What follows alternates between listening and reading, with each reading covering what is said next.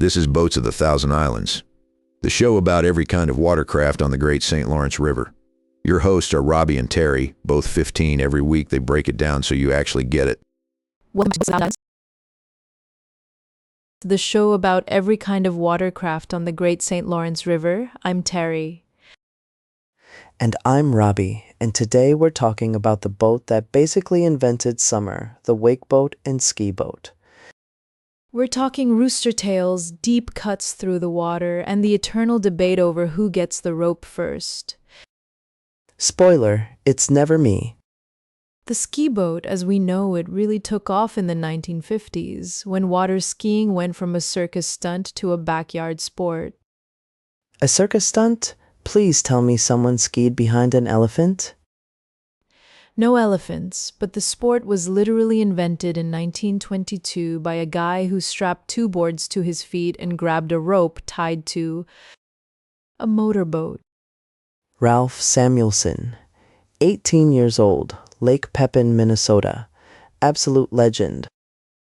He figured out you had to lean back to stay up, which honestly took some courage to discover at high speed. Trial and error on water sounds incredibly wet.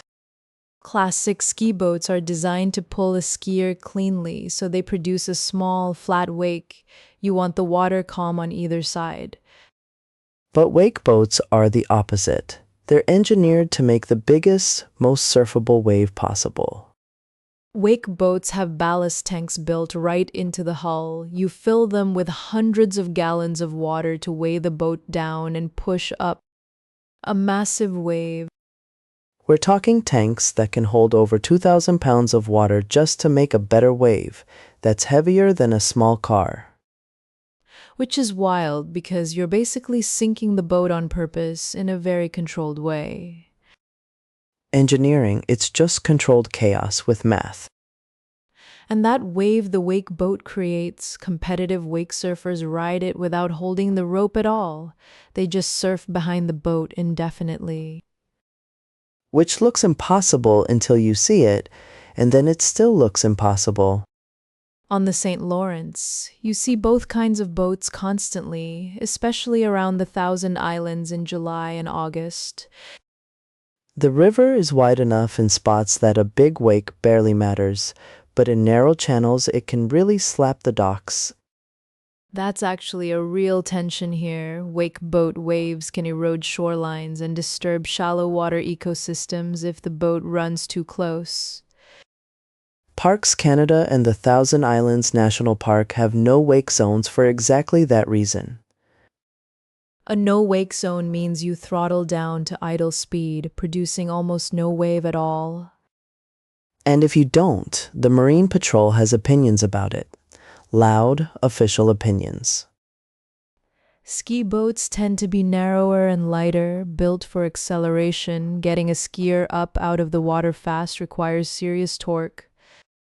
A good ski boat can go from 0 to about 36 miles per hour in just a couple of seconds. For slalom skiing, you want the boat doing somewhere between 28 and 36 miles per hour, depending on the skier's skill level. Too slow and you sink.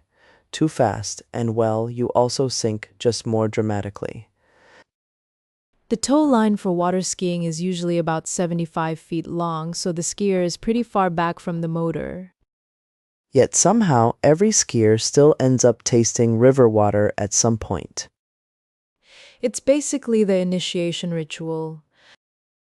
Engines on modern wake boats are huge inboard motors, often over 300 horsepower, completely enclosed under the floor of the boat. That inboard design keeps the propeller tucked safely under the hull, which matters a lot when people are swimming around behind the boat. Safety first. Propellers are not something you want to meet personally. Both ski boats and wake boats use a direct drive or V-drive system where the engine sits in the middle or back of the hull. It gives you a flat floor and a cleaner wake than a regular outboard motor would. On the St. Lawrence, you'll spot these boats by their low, sleek profiles and the towers rising above the windshield.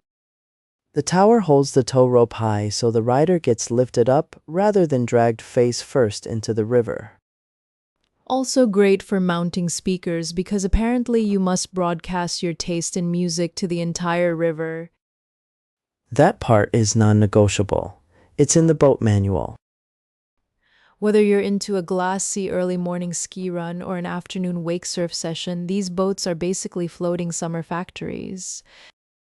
And the St. Lawrence, with all its bays and islands and long open stretches, is genuinely one of the best places in the world to run them.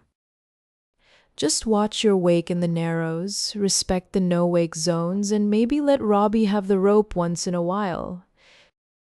Thank you, Terry. That means everything. See you next week on Boats of the Thousand Islands.